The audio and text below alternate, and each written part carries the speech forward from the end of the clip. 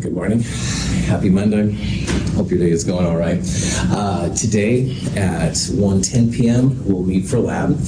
Those of you in Monday's lab anyway. We'll go over problem set 3 before turning it in. Problem set 3 will get us ready for quiz 3. Quiz 3 will be have some organic chemistry stuff as well as a molecular orbital question. So just realize that quiz 3 will have an ML question just to make sure everybody's good to go on that.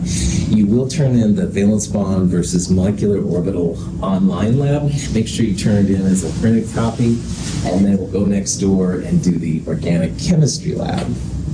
Oh yeah. Questions, any of that kind of stuff. So awesome. All right, we're going to look at a few more families of organic chemistry compounds just so you, again, have a great base when it comes to OChem. OChem is such a trip, and I'm throwing out everything I've got, trying to help you get ready. So if you do take OChem, you don't have the same experience that happened to me, which was not very pleasant. I didn't know about the families. I didn't know about alkyl groups. I thought that methanal and methanol were the same thing, but it's actually, those are aldehydes and alcohols. Oh goodness. And one of the things which is just totally out of left field is this bad boy right here. And this is benzene. And benzene was a real mystery to organic chemists for a long time. They kind of knew about tetrahedral and they knew about, double bonds and stuff, but they couldn't figure out what the heck was happening with benzene. And finally, this guy had a dream, Kekuli was his name, and he came up with the idea that benzene is a ring of carbon atoms. And the carbon atoms in the 6-membered ring have alternating double, single, double, single, double, single bonds. And like we've talked about in the past, when you have a choice where double bonds can go, molecules can resonate. And what that means is, like in this molecule right here, this double bond could be right there. And the double bond which is there could be there, etc., etc. There's no energy difference for one version or the other. So what tends to happen is the double bonds are constantly moving around the ring, and it creates a type of current, kind of electricity. It's not really like useful electricity, okay, but it is a noticeable and measurable thing that happens. Benzene blew everybody's brain, all right? It's a flat molecule, all right? And that's kind of wild unto itself because there's not a lot of truly two-dimensional molecules. Benzene is a lot different than anything else. So it's its own family, all right? And benzene does things that no other groups will do, and it has to do with resonance and how everything's set up. Benzene is a real mystery molecule, but there's a lot of cool things you can do with it. You've probably used benzene compounds in your day-to-day world. We'll talk about some of those in a little bit. Now, why it's flat is because you have a sigma network, which is the sigma bonds, and a pi network above and below. So earlier in another lecture with Kevin, he was the meat of the sandwich, and my hands were the bread, the pi bond, which was above and below. Well, this thing has an above and below thing of bread, if you will, too, but it's a network. It's a resonating thing. So it's not just like one piece of bread, it's a circular piece of bread. And the pi above and the below, both of those together make what they call the pi network. So you've got sigmas in the middle, all right, and there's like the carbon-hydrogen sigma. These are carbon-carbon sigmas, all that kind of jazz. Here's the pi network, and this is the full sandwich, if you will. It's very unusual. This ring structure has a lot of stability. It brought out the field of aromaticity. An aromatic compound doesn't mean that it smells. Like, I think of aromatic as being something that smells in my day-to-day world. In chemistry, aromatic means that it resonates in a ring like this, and there's some really cool kind of things that happen. It's the pi electrons, the pi bonds, which make this possible. And there's really nothing else like a resonating aromatic compound. These ring structures are pretty cool.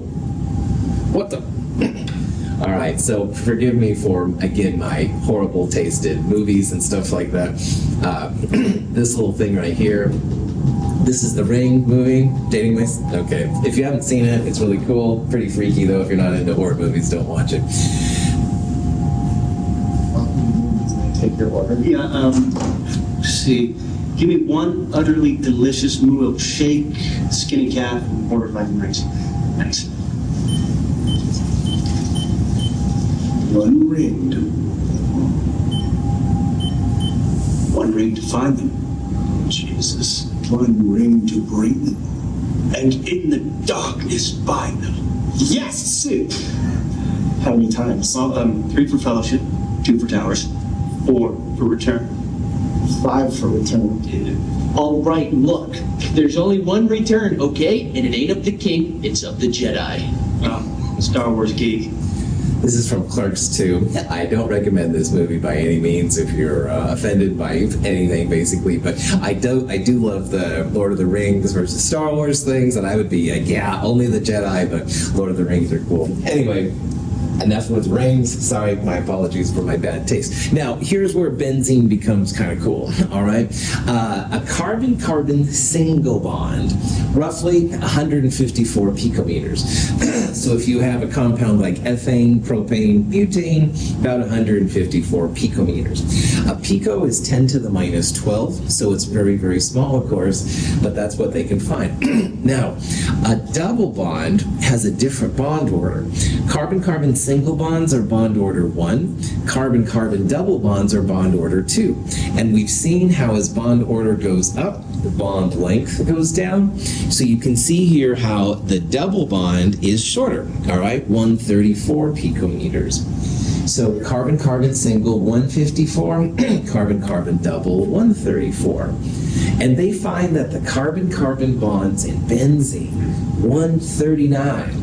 So they're not quite a double bond, they're closer to it, and definitely not a single bond. And that makes kind of sense because you don't have a double and a single and a double and a single and a double and a single with this resonating pi thing. What you have then is technically 2 and 1, 3 bonds in 2 places. 3 over 2, you'd have a bond order of 1.5. So this resonating is amazing. 1.5 you'd think would be more like 144 picometers. And benzene is closer to the double bond. So that means that you've got like special resonance happening with this. So benzene's pretty cool. All right, there's nothing else like it. And again, it shows how carbon is so crazy and versatile. And that's what makes organic chemistry both exciting, but also kind of bewildering in my case when I walked in, because I didn't know any of this kind of stuff. So you can put different groups on benzene. Most of the time, they're pretty chill. The most important one, arguably, is a methylbenzene. So remember, like at this carbon right here, there's a double and a single, 3 bonds, and carbon likes to have 4 bonds. So normally, there would be hydrogen, like there's a hydrogen right there. So hydrogen, hydrogen, hydrogen, hydrogen, hydrogen. But if you take off one of the hydrogens and you put a methyl group on, this becomes methylbenzene. And methylbenzene is the official name for what is more commonly known by far as toluene. And toluene is a paint thinner. It'll help get rid of things, stuff like that. Toluene is something you can buy at Fred Meyer's. Nitrobenzene, a nitro group can be placed on the benzene. Nitro is NO2. This is bromobenzene, benzoic acid. We'll talk about it in Chem 223 a little bit. If you put an alcohol group on a benzene ring, it becomes what's called phenol. And you can even put benzene rings together. So naphtha, maybe you've heard of naphtha, which is in my world naphthalene. Naphthalene is 2 benzene rings kind of mixed together. And they all have weird kind of functionalities and stuff like that, which is totally cool. One thing I need to point out, and I didn't know this either, is that if you have two parts on your benzene ring which are the same, there's two ways to name them. So this is an example of two chlorines, and you can see here they're right next to each other. Here there's a space between them, so there'd be a hydrogen right there, and here there's two spaces between them. And the way that always makes more sense to me is if we call them 1,2-dichlorobenzene, 1,3-dichlorobenzene, and 1,4-dichlorobenzene. But there's an older system in place which is used more than I can imagine sometimes, and those, it's called ortho, meta, and para. And so sometimes it'll be just an O, an M, and a P. Ortho means right next to each other. Para is opposite, like 180 degrees, and meta means there's a space between them. And amazingly, these are still used a lot. If you look at pharmaceuticals you might get from a pharmacy, a lot of times it'll say O, M, and P on those different things. Those refer to 1,2, 1,3, and 1,4-dichloro or dibromo or whatever. So, any questions? One thing just that's kind of cool to remember is that, carbon is amazing. Like, I used to study chromium, and chromium has +3 and +6 and +5 and jazz like that, and that's cool. But I don't know of any element that does what carbon does. I mean, making these different combinations and stuff. Silicon does a little bit, but not anywhere near like what carbon does. And that's what makes organic chemistry so weird. It also makes life possible. Woohoo! So good to see you all here. So it's a yay and nay kind of thing, but it's all based on carbon. All right. Two more groups that are really important to talk about in organic chemistry, and these last two groups have to do with things which are acidic and basic. And in chemistry, having an acid or a base is a great way to give energy to a reaction. So the most common acid by far in organic chemistry is called a carboxylic acid. This is an example of a carboxylic acid. It has a carbonyl, a C double bond O. And we saw that carbonyls were in ketones and aldehydes. Carbonyls are also in carboxylic acids, but the carboxylic acid has the carbonyl next to an OH, and OHs were in alcohols. If there's a C double bond OH group, it's not an alcohol, it's not a ketone, it's not an aldehyde, it's a carboxylic acid. Now what happens here with these acids is this is the acidic hydrogen. And if you pull an H plus off, you've got a negative charge right there that resonates back and forth between these oxygens. So it's a way to stabilize the product of the acid once it's gone. Anyway, most of the time, these are pretty mellow to name. This is a one carbon system, which would be like methane if it was an alkane. But because this is a carboxylic acid, you give it an oic acid ending. So this is methane without the E, methan, oic acid, methanoic acid. This thing right here, one carbon in this methyl group, 3 carbons, so 4, 5, and this is a carbon here, 6.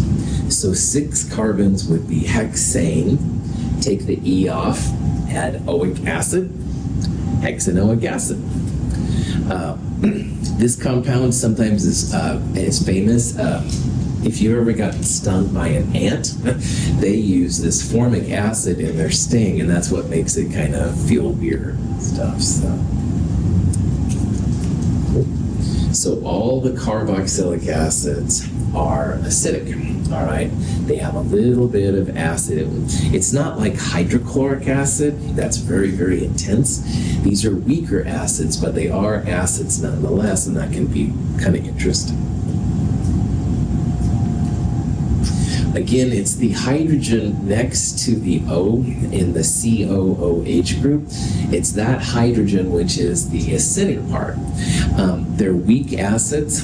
So for example, if the bad guy says, hey, put your finger in hydrochloric acid or benzoic acid, this is really dumb, but carboxylic acids are weaker, so I would definitely put my finger in benzoic acid. Hydrochloric acid would really do some damage to you. They're very strong acids. The weak acids, you'd have a better chance of being, okay, don't put your fingers in acid regardless if you can help it, but that's what, benzoic acid is a benzene group with a C double bond OH on it. So again, just showing you some of the weird possibilities. Acetic acid is the most common type of carboxylic acid. Vinegar is essentially acetic acid with different spices in it. So if you've ever used vinegar for making a salad or something, you're essentially using acetic acid. Acetic acid has a lot of industrial uses though too. You can buy pretty concentrated acetic acid. It's called fuming acid. It has like this fume stuff that comes off. But anyway, it's in milks and wines and lots of stuff. So most of what we eat and drink is a little bit acidic. So a little bit of acid is actually okay for our bodies. If the bases, on the other hand, are usually bad for us because we're not used to dealing with them. Here's the formic acid of ants. Aspirin is another example of a carboxylic acid. This is something else down here that you'll talk about in organic chemistry. This is the part that's relevant for what we're doing right here. Again, it's a benzene ring with a C double bond OH. That's the carboxylic acid. This is a different group right here. But anyway, the acid of acetylacylic acid, which is the fancy name for aspirin, this is the acid part right here. So, the question is, what is the name of this molecule right here? All right, and what I would do, carbon is everywhere, so you can kind of ignore it, but at the end down here we have a different kind of carbon. It has a carbon-oxygen double bond, and on top of that, the carbon-oxygen double bond, which is called a carbonyl, is next to an OH right here. Now, just as a quick reminder, the OH by itself with carbon would be an alcohol. So pentanol would be an alcohol name. So 1, 2, 3, 4, 5 carbons is pent. If it was just an OH with hydrogens here, we would have a pentanol. But it's not just an OH by itself. So the other kind of things you can think about is a carbonyl is part of a ketone, which is ONE, and it can also be part of an aldehyde. So for example, if this was a C double bond O and just an H right there, that would be an aldehyde. And aldehydes have an AL ending, that would be pentanal. But like we talked about, this is a carbonyl with an OH by it, so that's a carboxylic acid. 1, 2, 3, 4, 5 carbons would be pentane. Take the E off and add the oic acid to it. This bad boy is pentanoic acid. All right. So the carboxylic acid, that C double bond OH, will tune you into the fact that it's a carboxylic acid, and for Chem 222, if it has an acid name, you're probably good to go. Question?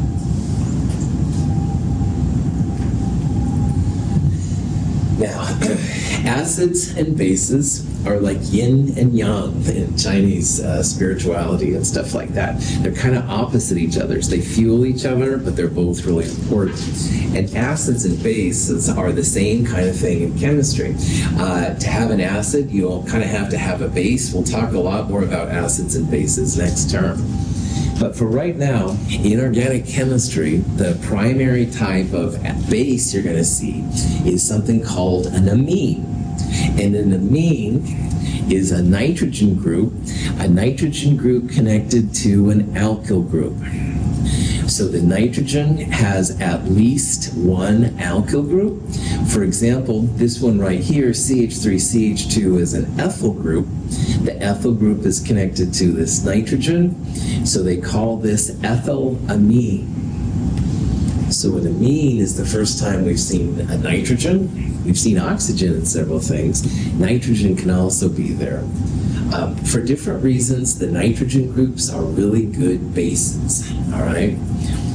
But what's interesting about nitrogen, we've seen how nitrogen, it has a zero formal charge when it has, for example, 3 bonds to atoms and 1 lone pair.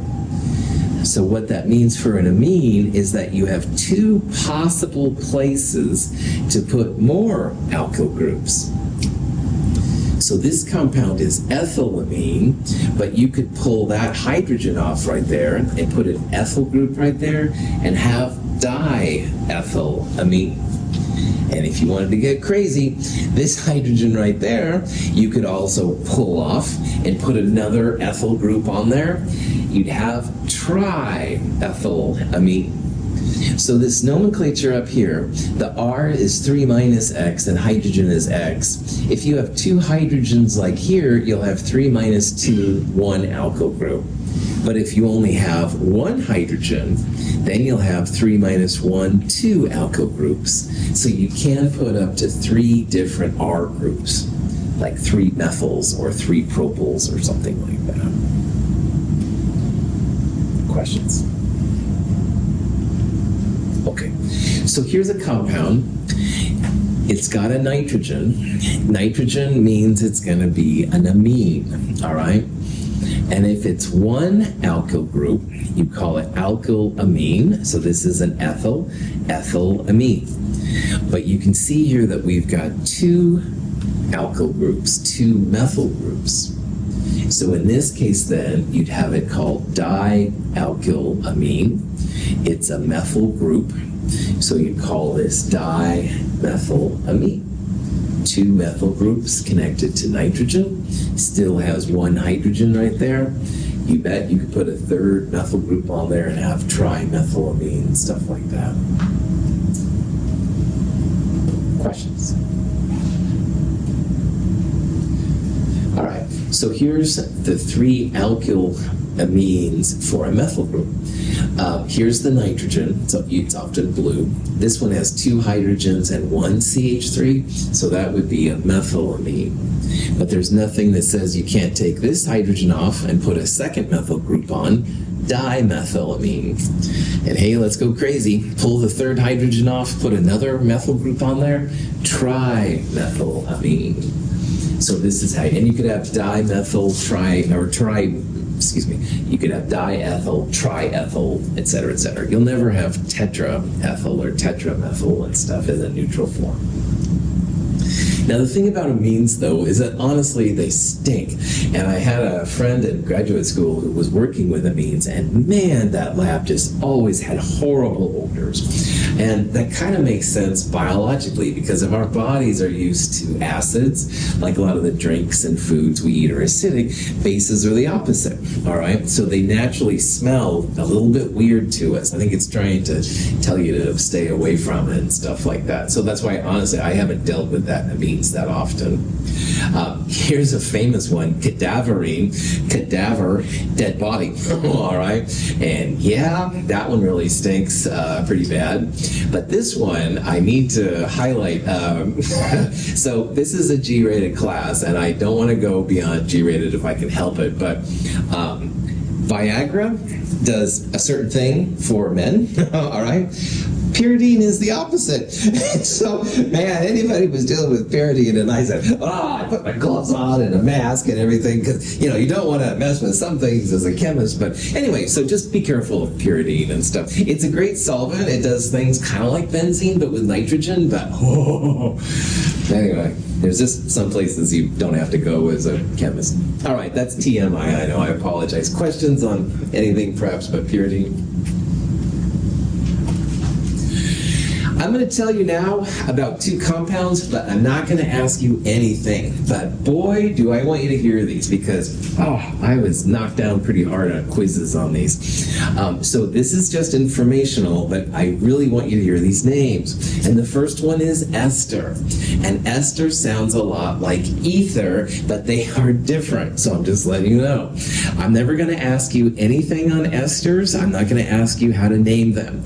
An ester is a carbonyl carbonyl with an oxygen next to it and an alkyl group, some kind of alkyl group. And esters are another functionality. You'll learn more about it in organic chemistry. They are really common. They are also used sometimes with like incenses and perfumes and stuff. There's a lot of esters that smell even nicer than ketones. But anyway, this compound is ethyl butyrate. If you see this wild YRAT ending, that means it's an ester. But again, I'm not going to ask you anything on esters. I just want you to hear this name, and it is different from a carboxylic acid. And above all else, man, an ester is not an ether. And that hit me pretty hard on a quiz one time. Another one sounds a lot like an amine, but it's not. It's an amide. So this is another nitrogen-containing group, but this nitrogen has a carbonyl next to it, and this is called an amide. An amide is different than amine, as again, I found out on a quiz, a different quiz one time. I'm in therapy now. I'm doing a lot better, but seriously. Anyway, an amide is different than an amine, all right? So just be aware. I'm not going to ask you how to name them or anything like that. If you see a big N like that at the beginning of the name, that means you have an amide. And again, they're cool compounds. Don't get me wrong there either. There's really neat things you can do with them, but I'm not going to ask you about them. I just want you to know that an amide is different than an amine. Amines are much more useful, but amides do some pretty cool things and stuff, which you'll learn more about in other classes. So, cool. Questions? Any of that? Visually reinforce the fact that members of a homologous series, such as we see here, differ from each other by a specific structural unit. We use molecular models. Here, for instance, is the tetrahedron of carbon, a model of methane. In order to turn that model into ethane, we add another CH3 group to the end by substituting for a hydrogen. If we wanted to go from a propane to an ethane, we would remove that specific member of the homologous series, a CH2 group. Reconnecting the carbon atoms, then we're back to our ethane. Models can be used that are commercially available, but if they're not available, gumdrops work just as well. So this little cheesy video is just to underline the importance of, if you take organic chemistry, you've really got to have a kit. All right, you've got to have a model kit. They're about $20 on Amazon, and they will help you so much. And I do recommend that you get a model kit from Amazon. Make sure that it has the octahedral and trigonal bipyramids, because you run into those occasionally in organic chemistry too. Now, you don't have to buy one, and once in a while, when I didn't have my kit or whatever, I would use gumdrops. But I started to get kind of stressed out over something. I'd eat all my models, so that's another reason why I do recommend purchasing an actual model, so you won't have that problem. But it is something that can be done. Gumdrops do work pretty well. The model kits are already set up for angles and stuff like that, but in organic chemistry, it's really important. All right, you're going to see lots of different variations in these different groups we've went through, and they all do some wild kind of reactions, and being able to actually make the molecules can be really, really cool. There are some really great 3D online things now that will help you to also visualize, and those are awesome, and they can be really helpful. But there's some things that these models will do when you touch them, I think, that the online things don't do. So you've got a lot of cool tools and stuff. Just be aware that I really highly recommend that you get a model kit if you take organic chemistry. All right, so just briefly, now the rest of the time we have, I want to go over a couple examples of reactivity. And in organic chemistry, as we talked about at the beginning here, the naming is a big part. And then also, though, how you make the chemicals and what the chemicals can do once you have them. That's the bigger part, all right, how they react, how you make things, how you react them and stuff like that.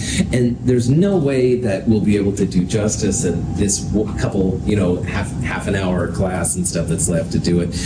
This is an example of an organic chemistry mechanism in the back, and it's just amazing. H3O plus is an acid. There's an amine with some base. There's a triple bond alkyne and stuff. So there's lots of things you can do, and it's kind of beautiful if you get used to it to see what this stuff can do.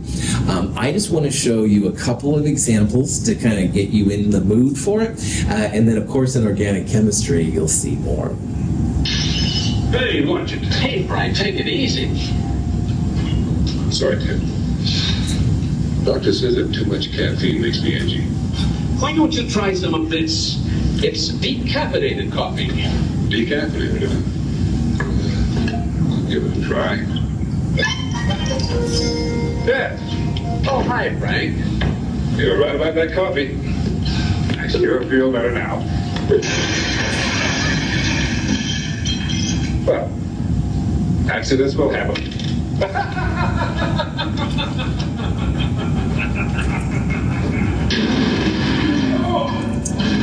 So, as a big proponent of caffeinated coffee, here Lieutenant Driven was changing to decaffeinated coffee, and you could see the result. He was kind of all over the place. So, it is important to know how your chemicals react in your own body, of course, but also definitely important in chemistry to know how to go. That's from the Naked Gun series. But anyway, neither here nor there. So, knowing how reactions can happen is important. And the first one we're going to look at is what's called an addition reaction.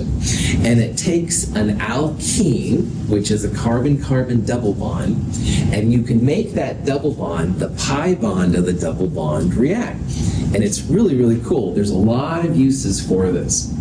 So here's an example of an addition reaction.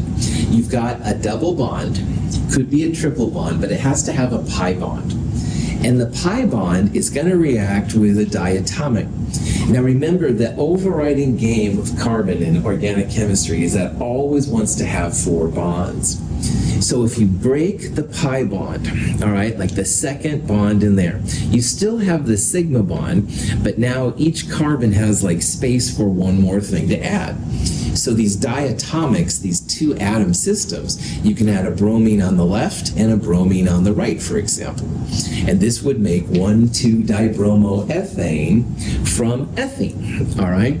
It's the double bond which allows this to happen. Double bonds, like I said, are like the bread above and below the sandwich, all right? So they're the ones that will usually react. If you had HCl instead of bromine, you'd have an H on the left and a Cl on the right. If you had water, it would be an H on the left and an OH on the right. So there's lots of different things you can do if you have a double bond or a triple bond even. But it's those pi bonds which allow it to happen. And yes, there's a lot more to it that you'll learn about in organic chemistry, but this at least gives you an idea of what an addition reaction is all about. The molecules of bromine gas undergo an addition reaction with the carbon-carbon double bonds in bacon fat, causing consumption of the bromine gas. These are just nasty, but anyway, bacon has fat in it, okay? And if you put a piece of bacon like this in bromine, which is kind of a yellowish gas kind of thing, the yellowish gas will react with the fats in the bacon. You can see the bacon no longer looks the same. And so the double bonds have reacted in this addition reaction. The double bond that was between the carbons and carbons is broken, and one bromine goes on the right and one on the left to make some kind of product like that. So if you wanted to get rid of those kind of fats, you could add bromine in. You wouldn't want to eat that afterwards, but it is kind of an interesting thing to do. And yeah. Atoms of hydrogen gas undergo an addition reaction with the carbon-carbon double bonds of propene, changing the molecule into propane. This is another example of an addition reaction. You're adding across that double bond, and in this case, you're turning an alkene, which has a double bond, into an alkane, which has just single bonds.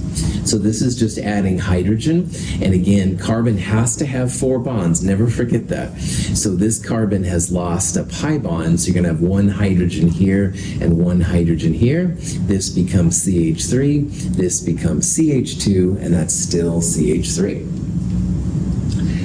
You can hydrogenate fats with hydrogen, and if you look at some containers, they'll say partially hydrogenated vegetable oil, partially hydrogenated fats, and these are kind of scary, all right, and here's why. In theory, all right, if you have a trans fat and you add hydrogen across it, it will make an alkane. And so in theory, your trans fats, you would break that trans bond that we talked about and make some kind of alkane. But inevitably, you're not going to get all of them. Remember, you've still got 10 to the 23rd of these crazy things running around in any normal sample. So in the old days, they used to say partially hydrogenated, which I find to be more accurate because they didn't turn all of the trans fats into alkanes, all right? They only did some of them. But government works in strange ways. Now they just call them completely hydrogenated or something like that. And they're assuming that more than 90-ish% have been transformed. I'm a little skeptical. So I try to stay away from anything that says hydrogenated on it because I don't trust it that it's going to be 100%, and trans fats are pretty bad. But that's my thing. You can decide for yourself, of course, what's right and stuff. So, questions? In the substitution reaction of glycerol with nitric acid, hydrogen atoms on the glycerol are replaced by the nitro group to produce nitroglycerin and water.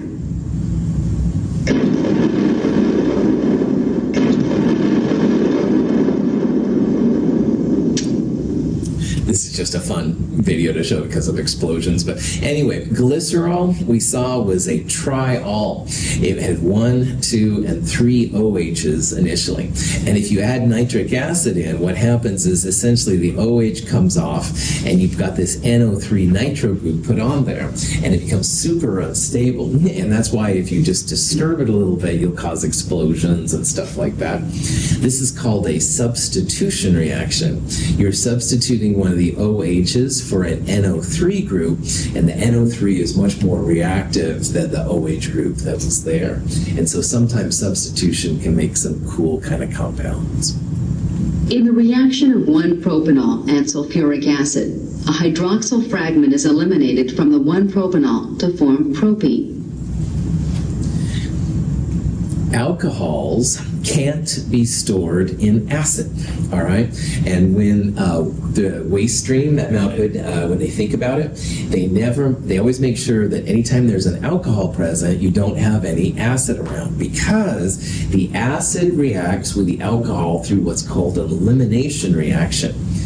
We're going to see that making water is actually a high energy process. It's easy to have happen. And if you have an alcohol, the OH and the H plus go away, and you end up making a double bond. So you end up making then a new type of compound. And double bonds can react with diatomics and stuff like that. So it goes on and on and on. But it's a very practical thing. So the alcohols will react with acid to make a double bond. And we've seen how double bonds, you can add the diatomics across them to make new types of reactions. So we're seeing how you can make a double bond here, and earlier we saw how you can react a double bond to do something. So the last thing I want to talk about real briefly, and I'm not going to test you on any of this, but oh man, this is important, is that polymers, all right, is probably the biggest type of chemistry of all that's being made, except maybe food production would be greater. And polymers is big. All around us, all the time, you've got plastic, all right? So I'm using my remote control, which is plastic. My tripod apparatus and my phone have plastic. And you have plastic and calculators and all kinds of stuff around.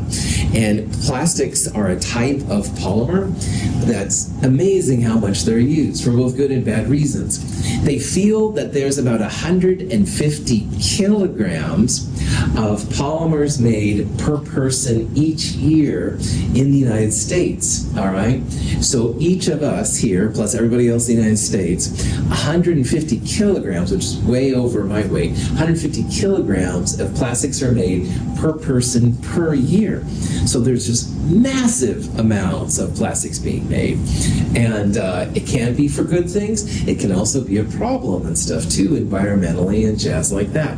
So I think it's really important to mention and just talk about real briefly polymers and plastics so that you know what it is. It's a fascinating science. A polymer comes from many small pieces, and the small pieces are called monomers. And the monomers can be combined together to make polymers. So mono means one, poly means many. So you take many small pieces and chemically get them to mix together to make polymers. Amazing stuff. This is an example of a polymer structure. So they've got this big part in parentheses with N right there. This represents the monomer that was used. All right, this one comes from ethylene, which is ethene. There was once a carbon-carbon double bond, but they broke the carbon-carbon double bond, and both of them has one more spot. So there's another ethylene group here, ethylene, ethylene, blah, blah, blah. So they take these monomers, these single units, and they make polymers. Many unit pieces comes together. And it's amazing how many monomers can be mixed together to make a polymer. It's amazing. The molar masses are just off the scale. So in Chem 221 to Chem 223, we'll see molar masses up to, say, 400 grams per mole. These can be more than 1 million, like more than 10 million grams per mole. So just incredible large number of mole. This is on the level of biomolecules and stuff, proteins and stuff like that. But again, they're used a lot. Teflon, which is used for nonstick things. A lot of fabrics have these in them. Even contact lenses as well. There's two main ways that they make polymers, through addition and condensation. And again, I'm not going to ask you any of this kind of stuff, but I do want to talk about it because, again, 150 kilograms for each one of us per year is being made. And thinking about what happens once you use those is important, I think. So anyway, I'm on my high horse a little bit, I guess. I'm sorry. Fission polymerization begins when an organic peroxide produces free radicals. These can react with a monomer to produce another free radical. This unstable intermediate can react with a second monomer to form a larger species. Eventually, a polymer chain grows. The chain can grow to contain many thousands of monomer units. A termination step seals the reactive end of the growing chain. One possible termination is the coupling of two chains. Paramagnetic species are usually used to make polymers. This is an example of a peroxide, like H2O2. And a hydrogen peroxide will split in half to make two peroxide parts, an OR and an OR, where the R is H. But you can get even more bang for your buck if you use a dimethyl peroxide. So if each R is a methyl group. But either way, that peroxide reacts with a double bond. It makes a new linkage on the other side, and that connects to another one and another one, and they feel that about 360,000 of these crazy things combine like that, which is just wild. So you end up with long strings, if you will, of these polymers happening. And again, lots of uses for them, but amazing. This is just an example. This is benzyl peroxide. This is used a lot of times for anti-acne kind of things and medications. But the important part here is that it has a peroxide, an oxygen next to oxygen. And oxygen doesn't really like to be in the middle of molecules like we've seen too much. So if you heat it up a little bit, you make two individual pieces, and those pieces then go on to react. And they love double bonds. One carbon connects to the peroxide, and then you've got a new radical, a new paramagnetic species on the other side. And those keep reacting with more, so you have N, and then you go to N plus 1, et cetera, et cetera, et cetera. And then finally, two of the paramagnetic species comes together to make the N part. So this would be the polymer. The ends of the polymer are strange, but if you have a million pieces in the middle, this is going to define the chemistry of it. All right, that's going to be the polymer's chemistry. Kind of interesting. Linear high density polyethylene is HDPE, and some soft drinks and stuff like that, the bottles use HDPE. But there's all kinds of this polyethylene. This is if everything goes together nice in a row, but sometimes you can see they're branched, all right? And this one has even connecting pieces that goes on. This one's going to have a lot different density because you have like layers that can stack on top of each other. These aren't going to stack as well, so there's going to be different properties chemically when they kind of come together, and this is what polymer chemists think about. You can dissolve some of these in things like acetone. So like the little peanuts sometimes they use, if you put them in acetone, they like shrink way, way down. There's a lot of air inside it. And so that's great if you're shipping something. You don't want your electronics or whatever it is to bump into other things. So the peanuts will protect it. It's like a barrier and stuff. But again, what do you do when you've used it all? And that's another problem. This is an example of the other kind of way they make polymer. It's called condensation reactions. You get a lot of different reactivity into your polymer if you use condensation versus the other one. Nylon is the great example of a condensation reaction.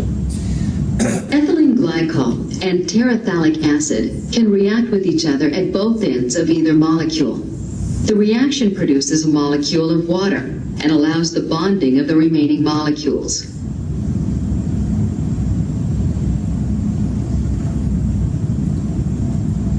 If many such molecules are available to react, a polymer chain of polyester is produced. This is an example of how they make polyester. A is ethylene glycol. That's a carbon-carbon group in there. B is a compound called phthalic acid. I'll show you the structure in a little bit. But anyway, when they come together, a water molecule is released. And then this comes together with another ethylene glycol, and another water is released. So they use the grams of water collected to turn it into moles. Moles relates to number of molecules of water that are related, so they can figure out how many of these pieces have come together. It's pretty cool. And polyester, the fabric, is how it's made. It's a synthetic material. Here's terephthalic acid. This is just a benzene group in the middle of two carboxylic groups. And here's ethylene glycol. We put this in our cars sometimes to keep the radiator from going crazy. And these two can combine. The OH here and one of these H's will make water. That connects the two together. And then they keep connecting on and on and on. Kevlar, bulletproof vests, is made this way. So kind of cool uses for it. Instead of water, you get a hydrochloric acid. Got to be careful, but you can do that in the lab. It's pretty neat how powerful that stuff is. Jackets, again, anything made of polyester can do this. And again, soft drink bottles and stuff like that can totally happen. Pretty cool. So there's a lot of uses for these things. There's no question. It's just that they're so prevalent. This is nylon being made. It's kind of cool. Wraps like a fabric. When adipoyl chloride and hexamethylene diamine come into contact, hydrogen chloride is given off and a polymer is formed. This polymer is commonly known as nylon 6,6, one form of nylon. The number 6,6 indicates that there are 6 carbon atoms in each of the monomer. It's amazing how it wraps around like that, and there's some cool things you can do. So this is cool chemistry, but again, it's just it's being used a lot for good and bad reasons. This is the 6,6 right here. There's 6 carbons in this group, and there's 6 carbons in this group. This is adipoyl chloride. This is hexamethylene diamine. A diamine would be 2 nitrogen groups instead of just a single amine like we looked at earlier. But the 6,6 then comes from the number of carbon atoms in there. This is the most common kind of nylon. Lots of examples of polymers. Teflon is, again, a non-stick plates, which is cool. Fabrics, milk and soda bottles, styrofoam, plastic wrap, and stuff like that. Contact lenses are big. One of my favorite uses, though, is bubblegum. Anyway, yes, I know I'm a child, but anyway, bubblegum is what they call a copolymer. It's when you mix a couple of things together. You don't want to probably swallow the gum. Your mom might have told you this or whatever, but it's probably true. I mean, it's probably in there, but man, you never know. And Body's cool. Slime, if you ever played with it, is actually a type of a polymer too with boric acid. So there's a lot of uses. This is a non-carbon version of a polymer, which is cool. But man, there's so many made, and that's why I'm going to get on my high horse again. Recycling has got to happen, all right? Because if you make these plastics and you throw them away, it creates the mess we have in some of our oceans right now. These huge conglomerations of plastic just floating around. So I highly recommend that you try to recycle if you can. Every jurisdiction has their own rules and which of these numbers they'll do. Here in Troutdale, where I live, 2, 4, and 6 is easy to recycle. 1, 3, 5, and 7 are different, but there are places you can do it. But if you recycle, then hopefully it'll be better and stuff. Each of the plastics has different uses for it. 7 is the one that basically means other, and so they don't really know what to do with it. However, some groups can take all of these plastics and make them into like walls for bathrooms and stuff. And people put graffiti on and they spray acetone and all the graffiti goes away. So there's uses all around. But anyway, just keep it in mind. They're really cool. They do a lot of neat things, but they're all over the place too. All right, thank you. I'm off my high horse. We are now done with organic chemistry. We'll start reviewing for the midterm on Wednesday. So we'll go through some iClicker questions and stuff like that. Check that out. Thank you for being here. Have a great day.